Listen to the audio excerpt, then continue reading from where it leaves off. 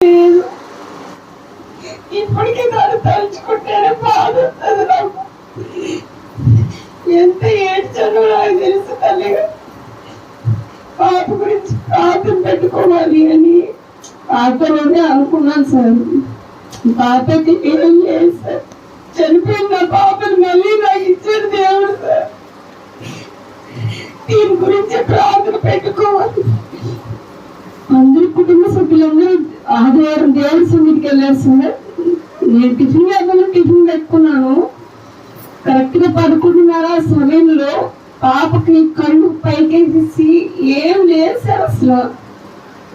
అసలు పాప చాలా డేంజర్ అయిపోయింది సార్.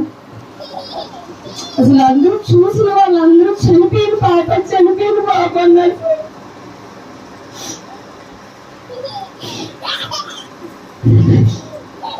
కుటుంబ సభ్యులందరూ కూడా చాలా అసలు సార్ అందరూ పాప చనిపోయిందని అనుకున్నారు సార్. అంతవరకు అసలు